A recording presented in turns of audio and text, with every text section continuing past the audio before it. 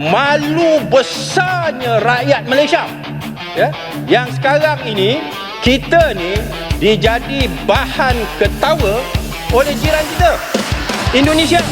Peta geopolitik Asia Tenggara hari ini sedang memainkan simfoni pergeseran kekuasaan yang amat dramatis. Indonesia dengan TNI Angkatan Udara disebut sebagai pemicu. Ketika negara-negara tetangga lainnya juga begitu agresif memataring udaranya dengan teknologi lintas generasi, ada satu entitas di kawasan yang mendadak gagap merespons gravitasi zaman. Ya, Malaysia.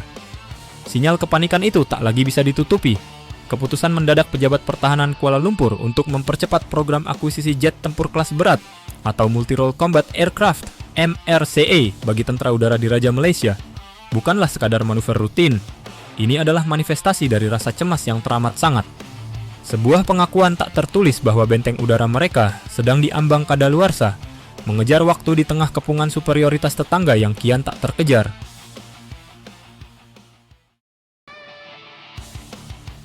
Hegemoni negeri tetangga dan diplomasi syok. Mari membedah konstelasi ini tanpa tendensi, namun dengan kejujuran teknis yang dingin. Di garis selatan, Singapura mempertahankan hegemoni udaranya secara presisi dengan memarkirkan jet siluman generasi kelima F-35 Lightning II. Di utara, Thailand dengan tenang terus memperkuat kedalaman skuadron JA S-39 Gripen miliknya. Namun, pukulan telak bagi kalkulasi strategis Kuala Lumpur justru datang dari arah Jakarta. Indonesia tidak sedang sekadar berbelanja alutsista. Indonesia sedang membangun imperium udara. Puluhan unit Dassault Rafale Prancis telah mengamankan fondasi, disusul inkubasi panjang proyek KAF-21 Boramae, dan puncaknya, kepastian kedatangan jet siluman generasi kelima KAAN pada 2031 mendatang. Dikelilingi oleh monster-monster udara berteknologi paling mutakhir, posisi TUDM tidak cuma sekadar tertinggal, melainkan benar-benar terkunci dalam jepitan strategis yang menyesakkan napas.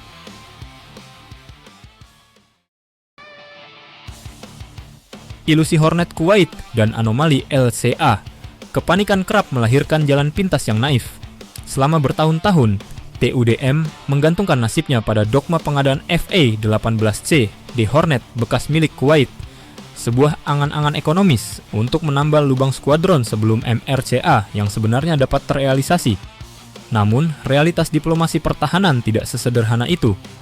Rencana tersebut membentur tembok tebal persetujuan Washington dan kerumitan modifikasi teknis yang memakan waktu bertahun-tahun. Lantas, apakah keberadaan jet ringan FA-50M asal Korea Selatan cukup untuk menjadi juru selamat? Jelas tidak.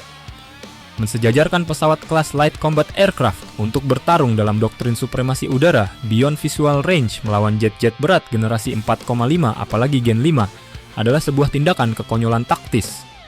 FA-50M adalah solusi perbatasan, bukan jawaban atas ancaman perang udara intensitas tinggi.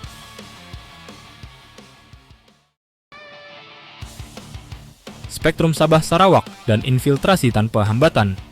Dilema TUDM tak berhenti pada batas kalkulasi di atas kertas. Di medan nyata, ancaman itu hadir tanpa permisi. Manuver armada China Coast Guard yang lalu lalang secara bebas di zona ekonomi eksklusif Malaysia telah menjelma menjadi rutinitas yang merendahkan martabat kedaulatan mereka sendiri. Situasi memalukan ini memicu gejolak hebat dari publik domestik, terutama masyarakat Sabah dan Sarawak.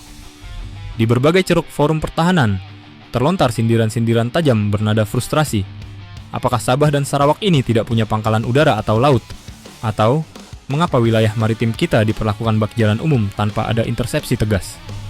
Sebuah tamparan keras bagi jajaran elit Kuala Lumpur.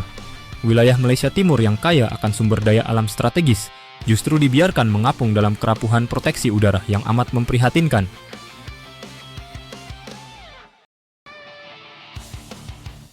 Labirin anggaran dan dilema birokrasi.